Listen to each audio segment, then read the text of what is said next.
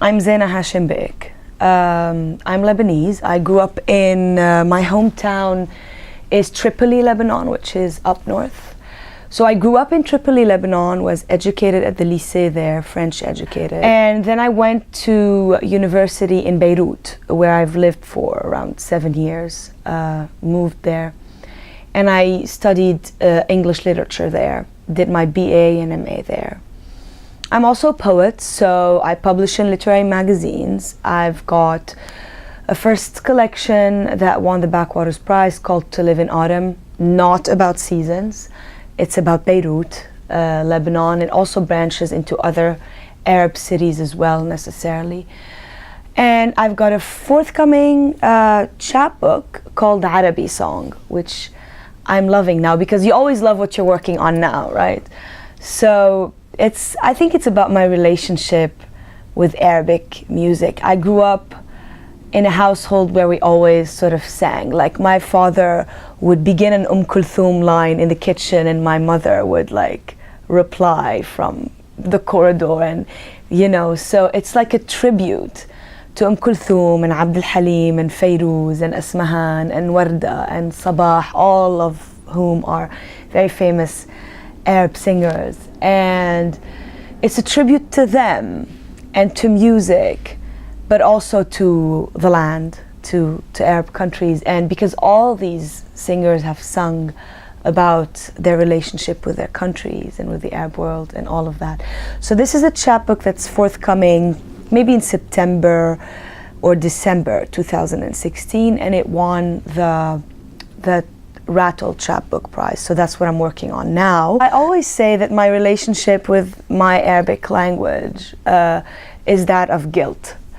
Because I don't write in it. And the reason why I don't write in it, well, I spent lots of time thinking about this. And at the beginning, when someone in the audience would ask me, why don't you write in Arabic? I'd almost take it personally, like, yeah, you know what, I don't have to write. But then I thought, okay, let's think about this objectively, Zeina. Why don't you write in Arabic, right? And so I grew up, as I said, I was French educated. And I like to call this a post-colonial education. So everything we studied was in French, and we had a few Arabic sessions, and we did study Arabic poetry, but for some reason it was always dry. I didn't relate to it. I relate to it now. So I fell in love with the formal Arabic language, poetry, all of that. Too late for me to start writing in it, I think. So I began in French. And then when I was 12 years old, I began to learn English. And then I went to the American University, so I completely switched to English. And it just felt easier for me to do it. And I'm also scared. I'm always scared that if I write in Arabic, I'll mess things up, like I'm not good enough, And that's why I say it's a relationship of guilt. Yes, I'm writing in English, but I'm writing about very things that are very Arab, songs, the language, people on the streets, my mother, my grandmother, everyone that I write about is Arab. And there are lots of Arabic words in my poems. The cities that inhabit me are Beirut, Damascus, Baghdad, Cairo, Gaza. These are the cities I think of. I still cannot believe that there are millions of Syrians on the streets. This is completely, it's so new and it's so unbelievable. I'm constantly shocked, and I am shocked at how I'm still shocked at this, because it's so daily in the news, it's so daily in the Arab world. I'm shocked, I'm angry, but mostly I feel that I grieve, and that these cities break my heart. And the writing, the more recent writing came from that heartbreak. So the writing about Beirut came from nostalgia, but the more recent writing centers very much around refugees, and especially Syrian refugees, but also because I found that I'm writing out of such heartbreak, and even for the reader, it might be too heavy to have poem after poem after poem that might make you literally cry. I decided to include a section in the manuscript that is just, and that is the chapbook, that is also about song, also about Arabic song, also about the fact that we sing and we dance and we are happy and we resist and we want to go on and then just give a little bit of faith and a little bit of hope. I hadn't heard of Split This Rock until 2014, which is when I released my first book. And I found out that Split This Rock had included my book on a list of like books to read in 2014. I thought, oh, that's very nice of them. Who are they, right? And I didn't know, I just didn't know.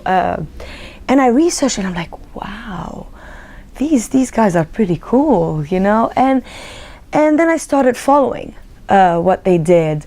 I believe that some things are meant to happen, and that my relationship with Split This Rock was just like meant to happen. And I'm so happy to be here and to just learn. I just want to like go and attend and listen and learn. If you met me when I was 18, I would have said, I don't do politics, I do poetry. You know what I mean? Politicians are corrupt.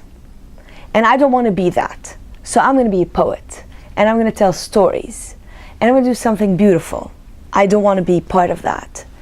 And to me, politics also meant sort of my father every day in the car, turning on the news and hearing, it becomes numbing. You get numb hearing واستقبل وودع and so saw this and a bomb here and a bomb there, and it becomes heavy, and you don't want to listen to it. So you want to tell stories. You want to go on the street and tell stories of people. And politics to me was that other thing that was dry, so either just a dry news, you know, feed or something you listen to that's completely dry and as a child did not stimulate my imagination. Or, oh no, politicians are corrupt. I want to have nothing to do with that. But then, as I actually started writing and publishing and be maturing, I realized that everything you write is political. When you go down and you on the streets in Beirut and you write about the streets of Beirut, that's political. When you write about how your mother uses English, and how she messes up her English, and you're writing sort of a funny, sad poem about that, that's political. When you write about how you went to school and you wanted to, and it was Lebanese Independence Day, and they wanted you to do an independence speech in front of the entire school as a student, but they wanted you to do it in French, that's political.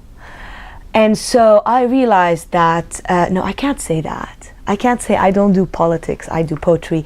Yes, I'm not a politician. Yes, I'm not a political expert, so I wouldn't know how to analyze like neatly the way some people that I envy can, critics.